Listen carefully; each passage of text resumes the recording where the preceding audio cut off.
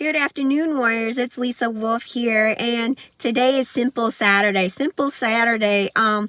So I've been seeing a lot of posts and a lot of even shows and stuff have been putting this on about temptations and about healing and about just things in life that we cannot prevent or control, and how to deal with those things, and especially in relationships. And so I was watching this show called Temptation Island, and it's about these four couples. They go to this island or whatever, and they get separated, and they're not married, but they've been together for some time now, and they're like, well, there's something in their relationship that's lacking, and they see it, and they want to make sure that their relationship can withstand stuff, I guess. I don't know. But why I'm coming on here about this, there's two women in there that one of them, as soon as she got in a relationship with this guy, she conformed to everything that he wanted, and she lost herself. And I don't know, like it made like, I was just like, but she said maybe this is a good thing so I can find myself. And she was like crying at the bonfire and everything, and I do have a point to this, and they were like, well, she would say, oh, but I love myself and all this stuff, but in the meantime, but you don't know, like the host of the show, he said, but you don't know who you are. And he said, once you take this time, don't worry about him and what he's doing, because he's not really worried about you, because they saw this video, and they're doing party, they're partying and stuff like that, and he was allowing temptation to take over, and she was crying at the bonfire. And it's like, well, I think they kind of knew within themselves that there was something wrong with the relationship, or that inside themselves they were lacking something, and there was a lot of healing that needs to go on before they even got in a relationship with this person.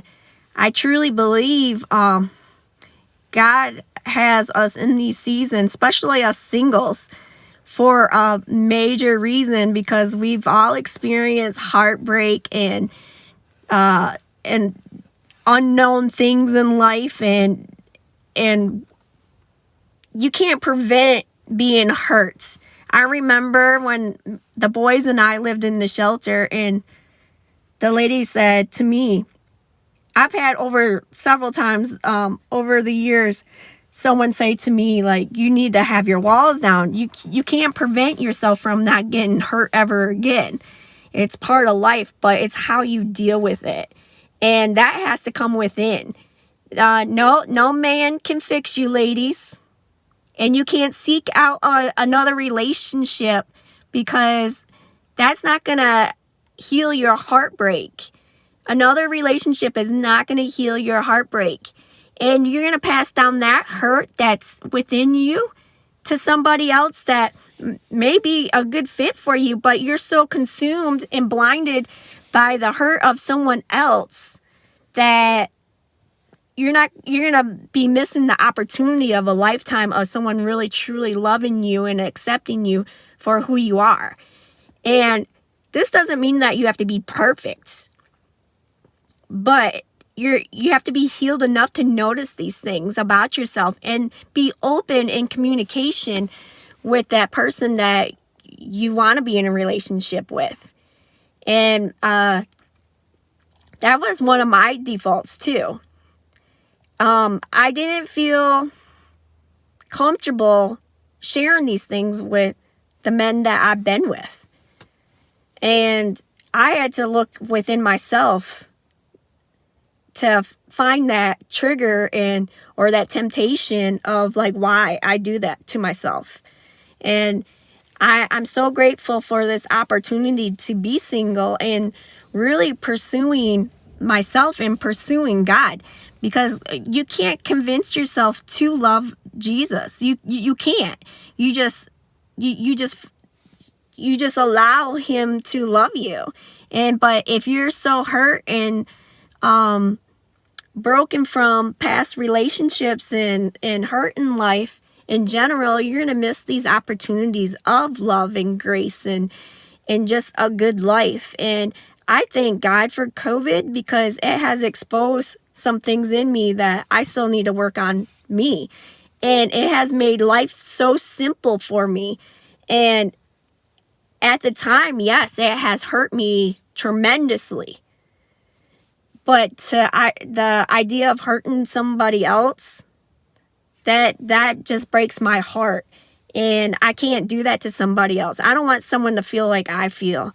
So I truly believe that with this season, especially because a year's coming up, that he's made my life, like this whole thing of being sick and everything, that has its trials and tribulations. But I'm learning within myself to love me for who I am and what I bring to the table, because I'm being who I truly am. And it feels so good. It feels so good. And it feels good to have my walls down. I'm guarded, but because I'm not going to be foolish. But these couples on this island, they knew. And one of the singles, he made a good point. He said, you guys been together for 11 years. 11 years. And he has to bring you to this island to convince himself that he loves you, putting at the risk of losing you. He's like, He goes, you could deal with that at home. But 9 times out of 10, they already know this. They already know this. And instead of breaking it off or whatever, they just endure and soak in the pain and prolong the healing process for other people. And I just hope this has blessed someone today. I don't know if it makes sense, but I think we tend to make things more difficult than what they are. And when we really, and you don't really have to dive deep either. You can just see on the surface level, like what you need to do for you. And it's not really that hard. It's yes, you're going to go through pain, but you got to push through it. You got to push through it. You can't, because I truly believe COVID happened for a purpose and a reason, and I can't take that in vain. I can't take this healing process in vain, because I know it's for a valid reason. And I mean, you just have to push through it, and you'll get through it. And then later you're going to be, wow, I've grown and matured so much through this process, even though it does suck right now. But you got this. You're a warrior, and this ain't nothing. This isn't your first rodeo.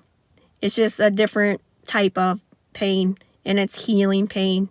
And in the long run, it's going to be the best thing for yourself and for other people that you have relationships with. God bless you.